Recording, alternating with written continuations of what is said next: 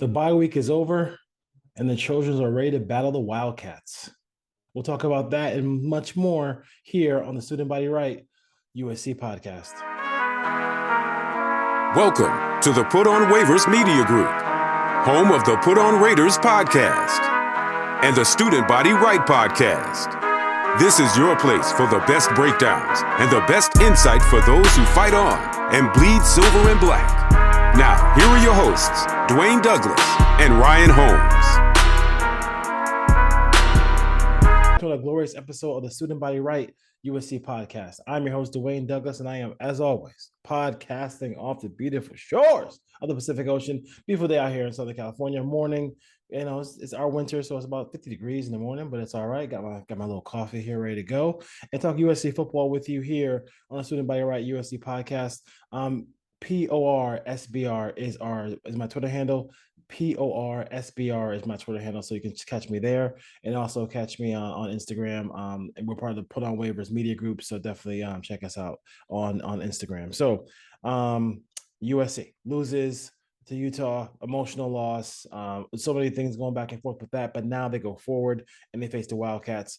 Jed Fish is doing a good job out there in Arizona, out there in the desert. So they do have some really nice pieces. The problem with that team is, kind of watching them on watching their games back, watching some film, is that they just don't have the defensive capabilities it takes to stop a team like USC. But let's talk about the positives for Arizona here.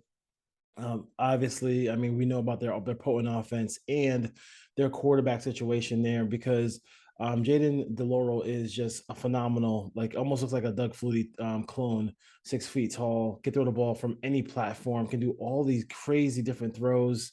It's kind of fun to watch him play. They have a myriad of weapons. Singer, McKillen, and I do think the one guy you got to watch is Jacob Cowing. Jacob Cowing is going to be he's going to play on Sundays. No doubt. I mean, the guy is just phenomenal. He just has a different gear, and he's number 2 in your program. Has a different gear, if you will. When he catches the football, his rack is just off the charts as far as that goes. So this team runs a version of the spread offense. So obviously, something that USC is familiar with. Alex Grinch shouldn't be surprised by anything they see in this ball game. And I think the one thing I like about the Laurel's play is when the play breaks down, okay? When the play breaks down and the initial call, whatever they called in the huddle, isn't working, he does a great job of improvising, of pressing the line of scrimmage. If I use that, it's kind of my term that I like to use when a quarterback either steps up in the pocket or gets out loose on the left or right side. They're running right towards line of scrimmage, and the defense doesn't know whether to come up to hit him or stay back in coverage. If you stay back in coverage, he's going to run for the first down. If you come and get him, he can throw the ball right over your head. He really, I watched the game against Colorado, and Colorado wasn't any good. We know the Buffaloes aren't any good, but he was able to just the throws he was able to make. I think the throws he was able to make, I think that's something that USC has to be careful of. Also, Tanner McLaughlin is their tight end, and after what we saw, what the USC Trojans did against Utah's tight end, I think we have to be careful about like anybody's tight end now. I mean, I think people are going to try to test that tight end middle of the field, if you will, and watch those matchups against USC's linebackers who are a little banged up. Gentry's banged up, and Jordan Addison's also. They both look listed as day-to-day, so we'll see if they play on Saturday. But those are 2 guys you got to watch. The offense, they're going to score points against USC. They're going to make plays. It's going to be a little frustrating, but just understand that when it does happen, like this team is really talented offensively. Like they can score. Like they can score. They're not a bunch of scrubs on this team. So don't sit there and say to yourselves, "Oh my God, the defense again, defense again." This team can really score points. They've scored points pretty much against everybody they've played. The problem on there when I watch their defense, I'm saying to myself, this defense is giving up a lot. I mean, I think they gave up 49 points to Cal. Like 49 points to Cal is like really not what you want to do in in the Pac-12 because Cal's been pretty bad as far as that goes. I'm not really. I'm just gonna check out their scores real quick. Um, but they have struggled on the defensive side of the ball, and they struggled with everything. Probably as far as a third down, they've struggled. Um, they struggle with every aspect of it, containing mobile quarterbacks. They struggle with a deep ball. They struggle with stopping the run. Lincoln Riley wants to run the football. So that's something that you gotta worry about as well. Like how can they possibly stop USC? But I think offensively, they're gonna make some plays. And I think it's easy to say, here we go again with the defense. But I will say also that, this is a team that has NFL caliber talent on their offensive side. 100% 100% has offensive talent on the offensive side that are going to play in the National Football League. It's just really that simple. So don't get frustrated. Don't get mad at it. There's going to be a time where they do put themselves. I think when I'm watching the game I think a game against Washington they played. They do put themselves in a situation where um they get behind the sticks. And if you get behind the sticks against USC with their ability to take the ball away, with their ability to rush the passer with four, that's going to be their undoing in this ball game. I mean, it's just that simple as far as that goes. So I'm not saying they're not a non-threat. They're not a non-threat. They're a team that is a threat to USC to a certain extent, but I just don't feel like Jet Fish is doing a good job there. I don't think their team is at a level where they can handle what Lincoln Riley, what Alex Grinch is going to be able to stop them with as far as that goes. Let's go on through their scores. They lost to Washington. They gave up 49 points. They lost to Oregon, gave up 49 points. They lost to Cal, gave up 49 points. Almost lost to North Dakota State.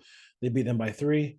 Lost to Who did they lose to? They lost to Mississippi State to give up 39 points. They gave up 38 points, and they scored 38 points in a victory against the Aztecs of San Diego State. So I think you got to get the game. Think about those things as far as breaking this game down. I can't even. There wasn't even a defender on their team that I wanted to highlight. I think that's going to be the hardest part. The big when you're recruiting and you're recruiting out west, the big time defensive players are they go to the SEC. They go to the Big Ten, which is where USC is going. So it's going to help them to be able to get players in the trenches going to that for USC and UCLA. Going to that conference is going to help them get players in the trenches, and you can think you've already seen that. I think Sam Green, defensive tackle from the DMV, out there on the East Coast, is coming to USC. So those things are going to be huge for him. But as far as this game, breaking it down, I think this game really, and I don't want to be kind of short with it because I feel like I'm going to be disrespecting a D1 school, but I just when you look at it, there's not a scenario, even if Caleb Williams didn't play in this game, or had to sit out for a little bit because of injury. I still think they would find a way to beat Arizona. Good team. They're on their way. I think Jed Fish is doing a really good. I do think he's doing a good job. I know you're saying how could he be doing a good job? They give all these points. They're doing a good job. It's not an easy recruiting pitch to get defenders to go to get defenders to go to Arizona. It's really that simple. So once he can get some defensive players to come there, pass rush, linebacking, linebackers, and just maybe just even just a lot of secondary help would be huge. That's what they need to do. as far as that goes. I think that's what the next steps for Arizona will be. That they definitely have him. They have on this quarterback for this year or next year. I'm not sure when he's going to declare to the NFL draft, but they really do have a lot of just beautiful pieces. I mean, really nice pieces on offense. Who I mean, they can go out there and there's so many one-handed catches and athletic catches against the sideline to keep one foot in against quality opponents like like Washington and and when I watched them blow out Colorado, it was really those plays that really kind of stood out in my mind. They played really well, and I really feel like they are just a really a good team for the future. I don't know, but the problem when you have a team on this tier is that by the time you maybe get some defenders, then Deloro is going to the NFL or Conway is going to the NFL. He's a junior transfer. McKillen, Singer, they're out the door, and you don't have the ability to replenish those things. But listen, Fish, Jed Fish is doing a good job there. They're not there yet. It's going to be hard for Arizona. I mean, if you think about it, when was the last time Arizona was really good in football, like a top squad? It's been a while, and I'm not necessarily sure that they're going to be that in the coming future. I think next year they'll probably be even more of a formidable opponent. But right now, they just don't have the horses to hang with USC. From a USC perspective, for what the Trojans want to do in this ball game, same old, same old. Establish that run. Get Travis Dye popping. He's just been she's been tremendous for USC, and it's just been a joy to watch as far as that goes. So kind of want to see them continue to do what they need to do in the run game, and I would love to see I really would love to see them, kind of get, other people involved. This would be a good game to get other people involved in the offense, other people involved in the defense. We've seen a lot of different things from USC.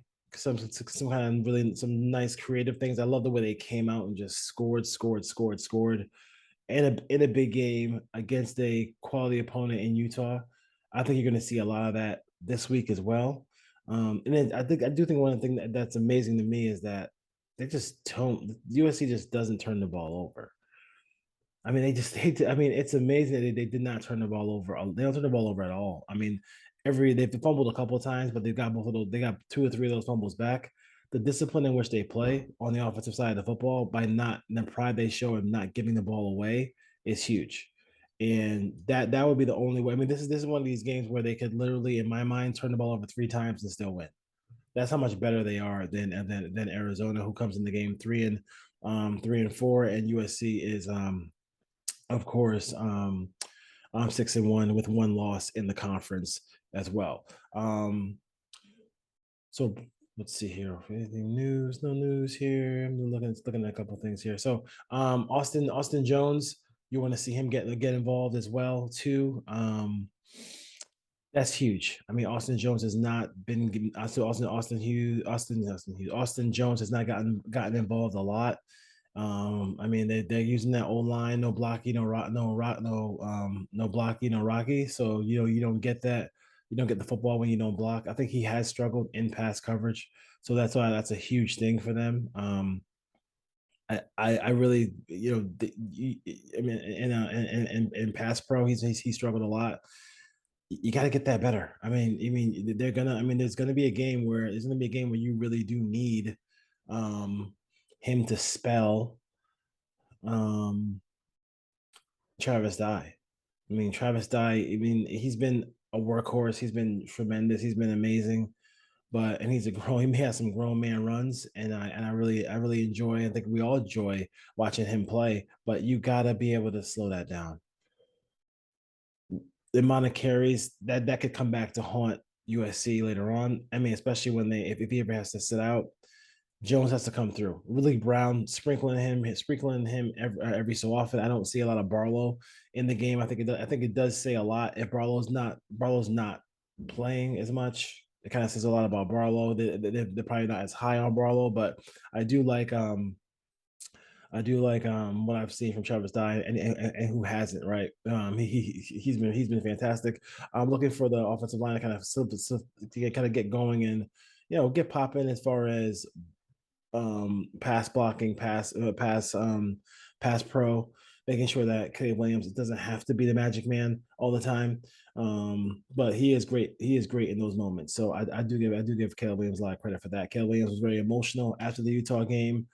Spoke about that. Spoke about the team, how much he loves this team, how much he cares for his teammates and everything like that.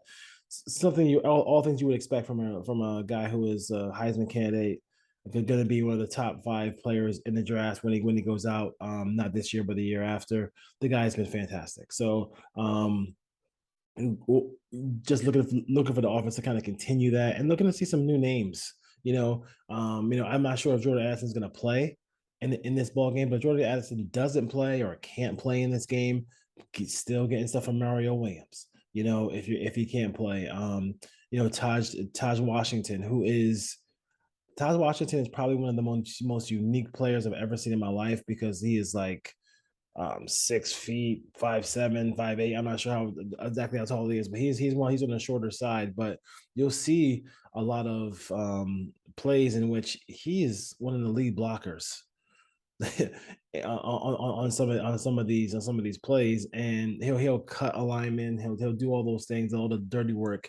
He's a really good blocker for a small guy. It really helps, when they go to a set where you have Travis Dye in the backfield and him in the backfield with him, and he will cut the lineman, and he'll clear a pathway for Travis Dye. I mean, that's kind of cool. That's really cool stuff there from him. So also they got Kyron Hudson involved. They also got Michael Jackson, the third, involved in it could have been the game-winning touchdown, but it wasn't. Looks like a couple weeks ago against Utah. Really good job by them kind of spreading the ball around. I think the one thing I thought was cool about that game, even in the loss, was the fact that USC just came back and just like had no problem with coming back in this ball game. They had no problem. Next man up. Jordan Addison went down. Michael Jackson came in and performed, and I think that's really cool. He's also been a guy who is helping him on punt returns as well a couple of times too. So sophomore wide receiver, Michael Jackson, giving USC some burn there as well too. So gotta see. Utah did a great job against Thule. I gotta see the resurgence of Thule now. I gotta see them do whatever they can to get him involved in the pass rush. If you got to break it down however you got to break it down, that he has to be able to get to the quarterback to be successful. And I want to see the secondary kind of rise up a little bit. They got beat on that deep post play. Kalen Bullock got beat on that one. I thought last game wasn't the best game for Mekhi Blackton, who's had a solid season, but just struggled in the game against Utah. Really couldn't, and then this linebacking core, there's injuries there, no question about it. Rajon Davis has been told to say, hey, practice like a starter, get ready to start, get ready to play games. All that stuff like that. They're gonna need those guys. Go forth is going to be on the field as well too, the senior. So we don't know about and listen, USC made no excuses. I almost said Malcolm Lee. I was always getting Malcolm Lee and Shane Lee, the Raiders and Trojans mixed up. Shane Lee, a guy who didn't make any excuses. He has a cast on his hand. He didn't want to hear about that. He said, you gotta bring the guy down. Yeah, you have an opportunity to bring somebody down. You got to be able to do it. And he made no excuses about it. So I give him a lot of credit for that. Give him a lot of credit for that, because a lot of times you can see guys make excuses for those things, and he didn't make excuses at all. He just said, hey, yeah, their motto is you got to bring a body part down. And they missed a lot of tackles in that Utah game. I mean, that was really it. I mean, Utah, good team. I'm not dissing Utah at all, but Utah. I really hope that the Pac-10, Pac-12 championship out there in Vegas is a situation where I can see I can see USC play them again because I think the tackling was huge, huge. I think if they can tackle better, then they'll be able to win this game. Um, they'd have been able, they would have been able to win the Utah game. But this game coming up, this the perfect get right game, get a road victory, go back home, and then sit in LA. I'd sit in LA for a little bit. I think the rest of the schedule they're not going to leave Los Angeles for a minute. So unless they go to the Pac-12 championship, which is going to be up to them. So as far as that goes, but yeah, USC probably wins this game. I'm going to go 42-22, and we just thinking that the defensive line will be angry, get back to getting to the quarterback, getting some turnovers against Arizona to kind of solidify USC back and putting them back on the winning track as far as that goes. Especially off of a bye week, I definitely think they're gonna kind of shore up and come back and win that game, and win it pretty handily as well. Just want some cliff notes from the UCLA Oregon game. UCLA, is an opponent coming up for USC, and then also Oregon could possibly be if they get ready for the championship game out there in Vegas. I thought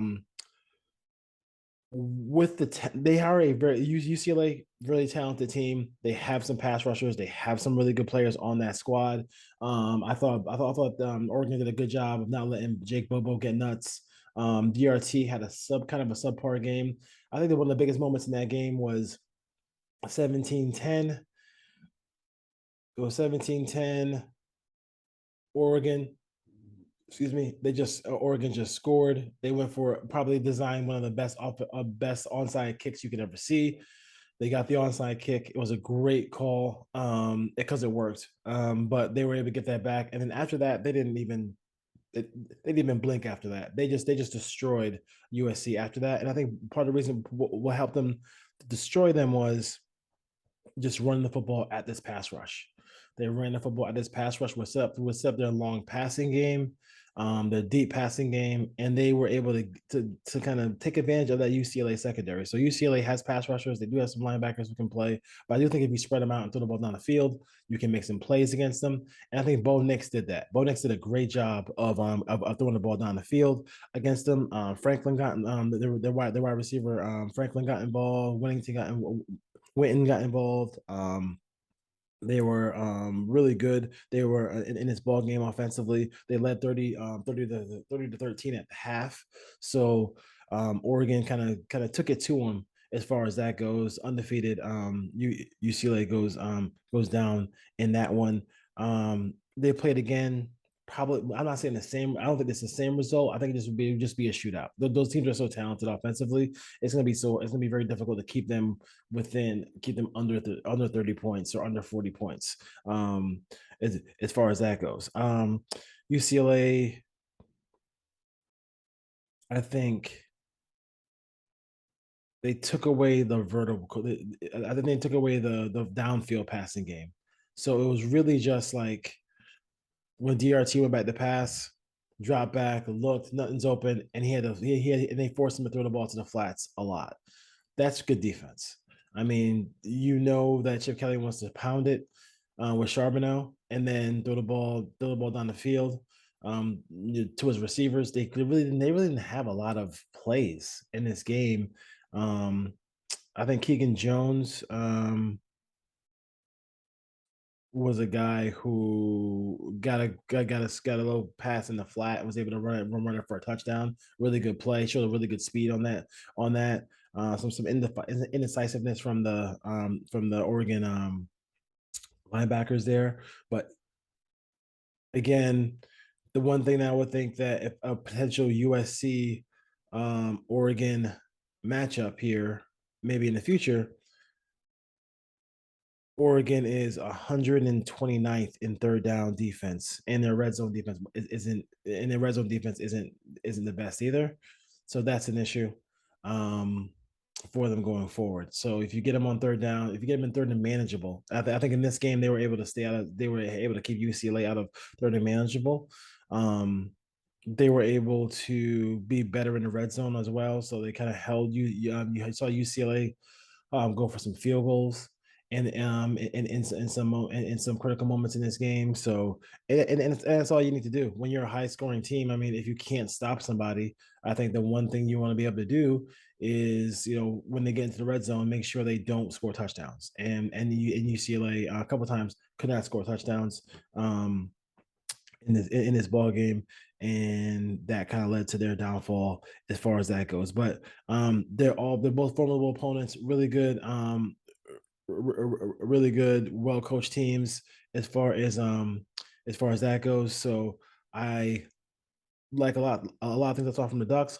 Like a lot of things I saw from UCLA. Want to see them down. I want to see how UCLA how UCLA bounces back, and I want to see how Oregon plays. I think Oregon does play Utah. I'm not sure. I have to double check if Oregon plays Utah or not. But I do want to see how the Ducks kind of go through this season. And navigate their way to a possible Pac-12 championship game as well. So you got, like I said, it's four teams. It's four teams basically for that championship game. You got UCLA, USC, Oregon, and Utah. And if somebody stumbles, then they're going to be out of it. You really can't have more than one Pac-12 loss as far as that goes. So, Student Body Right USC podcast. Thank you for joining us. We will have some more stuff as well. I would, like I said, prediction. I think 38, 22, something around that. 38-24 is where I probably want to go in that game. I think if USC has this game in hand, you can see a lot of Travis Dye, a lot of Austin Jones, Ridley Brown at the end, just to keep that offensive line, because Lincoln Riley loves to run the football. All right, folks. See you next time. Fight on.